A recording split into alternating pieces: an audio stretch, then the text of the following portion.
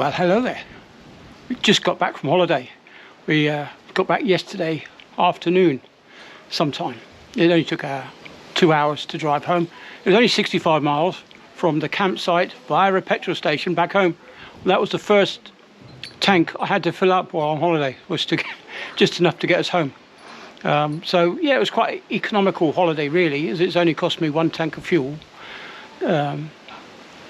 And the campsite was pretty cheap as well. It's about £360 for 12 days.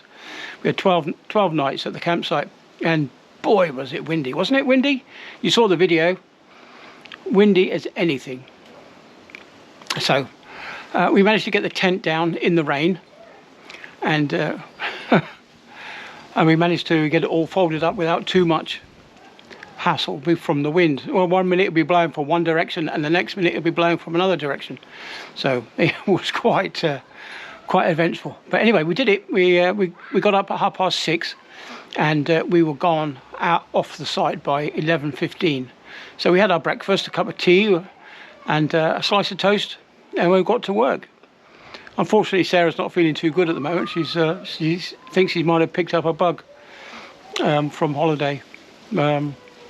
So I don't know what it was. It was either something we'd eaten out or something that we'd cooked at home in the tent and wasn't so good. Anyway, digressing again. But yeah, on the country roads, there's some real idiots out there. It was mostly young mothers on their school run who obviously thought that round these quiet country lanes, nobody comes the other way. This is what we're up against.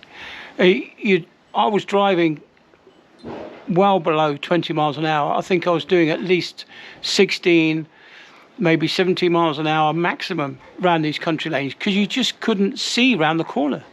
And obviously these corners, if you're doing 20, the stopping distance at 20 is 2 car lengths. So you add that to downhill, you're talking 3 car lengths at least. And the same for them coming the other way. Going uphill, there might be a car length and a bit to stop in.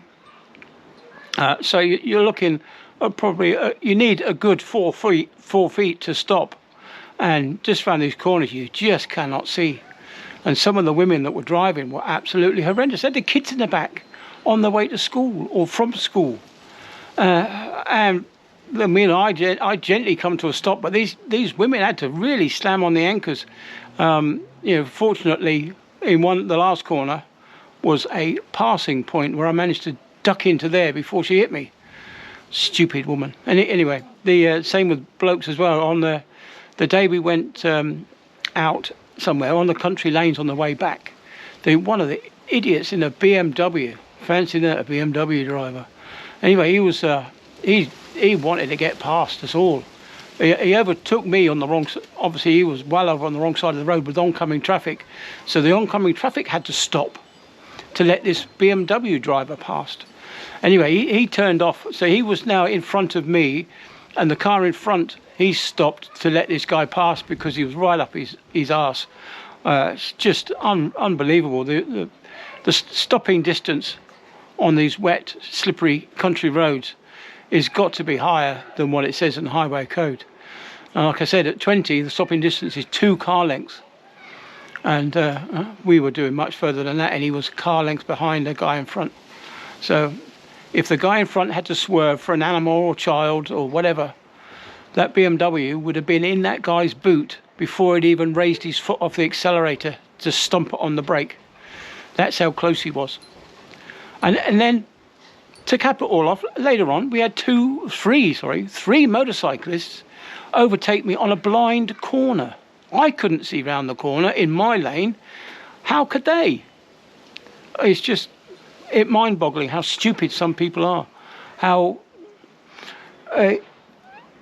cheap their life must be if they can't stay more than a couple of feet behind somebody just to wait for around the corner. But yeah, we had some nice time. On the way back home, we fell into a group of cyclists, and to be honest, they were going just as fast as I would be doing around these country lanes. They were doing about 16, 17 miles an hour. There were a couple of places that I could pass them safely, and which I did so. But soon had to slow back down again because of the twisty, winding roads and the inability to see round the corners.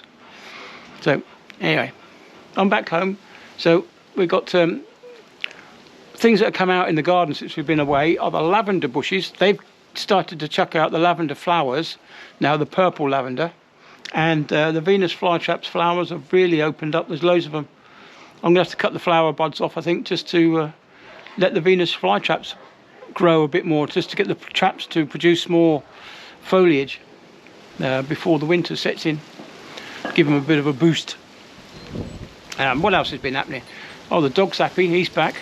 He sat down. You can't see him, but he sat there in the sun, panting away like crazy. But yeah, it's good to be back.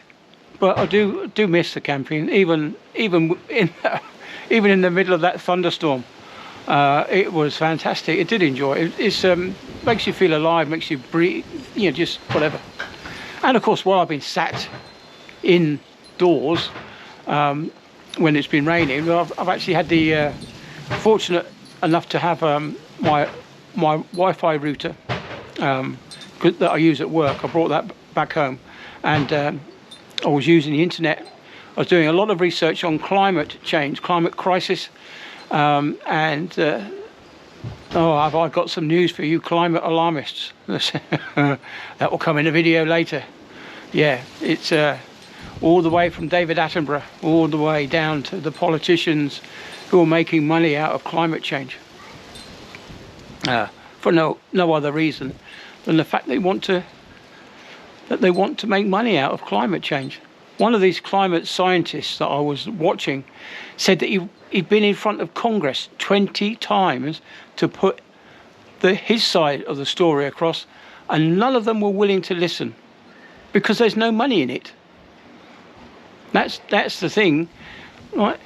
Climate crisis is a good money earner for these politicians, especially in America as well, and also in the UK.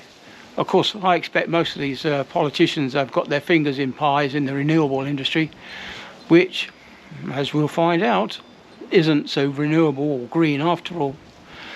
Anyway, I'm digressing and rabbiting on. So I've taken up a good few minutes of your time on a Sunday. I haven't got my watch on. It must be lunchtime because I'm feeling a bit peckish. But yeah, on a Sunday lunchtime in the 16th of July. I remember that because my wife and I, we had a wedding anniversary yesterday. So we spent most of the day driving. Okay, 2 hours, but the rest of the time was putting down the tent. Anyway, when we got home on Saturday afternoon, we promptly fell asleep on the armchairs. We brought in all the perishables, of course, and put them in the fridge, and then promptly fell asleep, absolutely exhausted. And I laid in bed till 8 o'clock.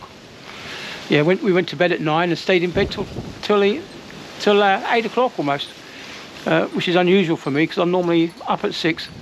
Sarah didn't get out of bed till about 9 o'clock because she wasn't feeling too good. She'd been up ill during the night. But yeah, so anyway, looking forward to doing some macro photography of the what they call lavender plants, and trying to get some pictures of these bees. I've got noticing in the garden now we've got the buff-tail bees, we've got some other variety of bees, so it's at least 3 varieties of bee in the garden at the moment. One of them's definitely not a buff-tail bee. That's the one with the brown tail. It's got a brown head instead.